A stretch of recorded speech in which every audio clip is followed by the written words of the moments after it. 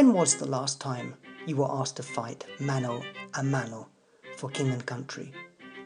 Ought we to beat our swords into ploughs? And is there a parallel between the idea of an adversary and that of an illness? All this and more in today's episode of Talking Tai Chi with the Teapot Monk.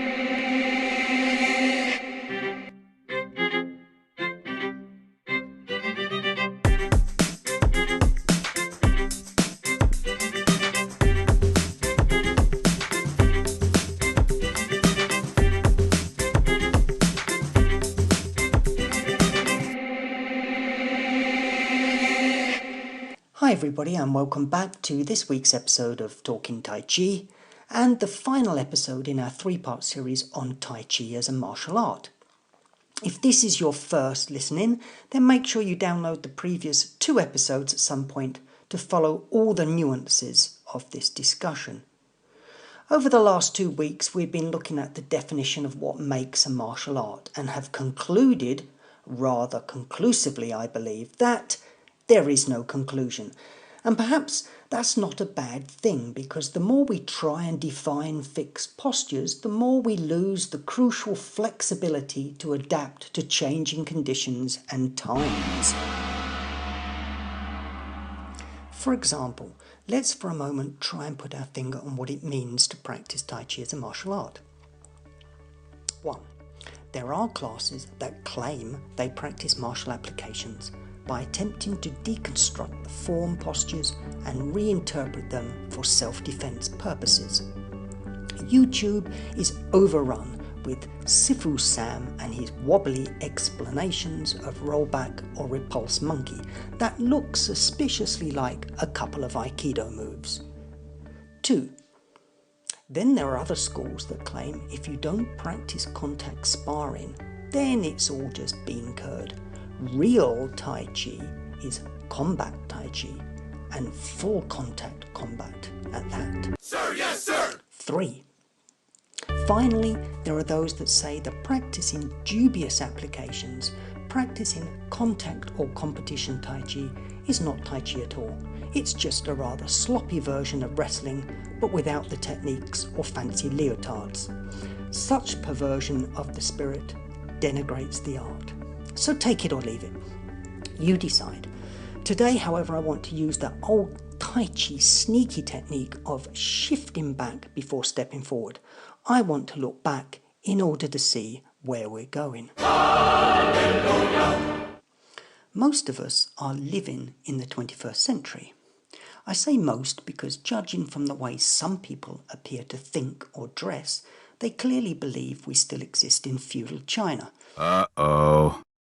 But most of us are not living in feudal China, and neither are we normally called upon to defend our neighbourhoods with farming implements from marauding warlords.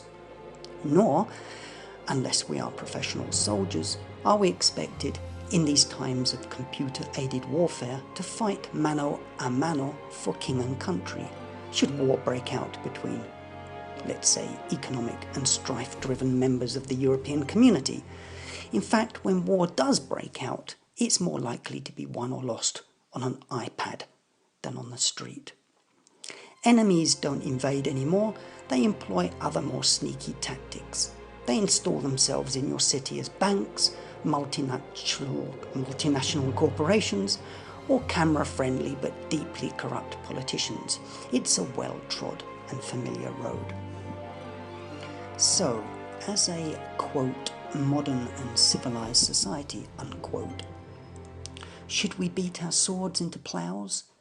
For if we are brutally honest, and just for a moment, just between you and me, we are more likely to confront an enemy in the form of a growth hormone-injected cow or an unlabelled food additive on a shelf at a supermarket than a knife-wielding gang in a dark alley.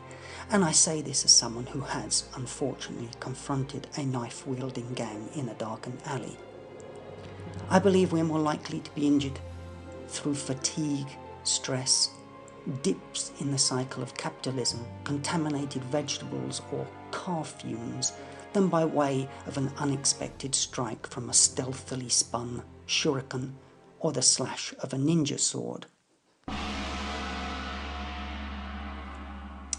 Or maybe I'm deluded and that times haven't changed. And that typeface setting is still a skill in great demand, as are daisy wheel printer maintenance men, blacksmiths, milkmen, and rag and bone assistants. That's a Londoners reference, by the way. Am I deluded? Very possibly, but technology, social norms and social needs are changing the way we live and interact with one another. Consequently, training to achieve a high level of skill in nunchaku may not necessarily be high on your list of essential skills for coping with the demands of this new global village we are constructing. Sir, yes, sir! Yet, despite saying this, there is still something about the martial arts that is not found in many other practices. For me, it is the simple truth that these arts teach us something of our vulnerability, and that is an immensely powerful tool. It is in vulnerability that we open up, we listen, and we learn from each other. We don't enter a dialogue with a fixed agenda. We come along with a blank page. This is real strength, and it has nothing to do with a makiwara, calloused knuckles, or the crease in your sifu's satin suit.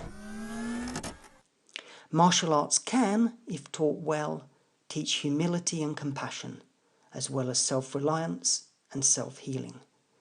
They speak loudly of the importance of spirit and attitude, as well as that of skill, composure, and accomplishment.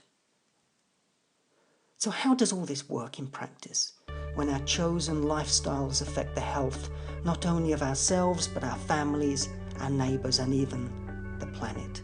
How can something so humble as Tai Chi help us overcome these very modern ailments? For that, you'll have to listen in next week. In this week's show notes, I've included a link to a video of a very modern analysis of the Tai Chi posture, Repulse the Monkey.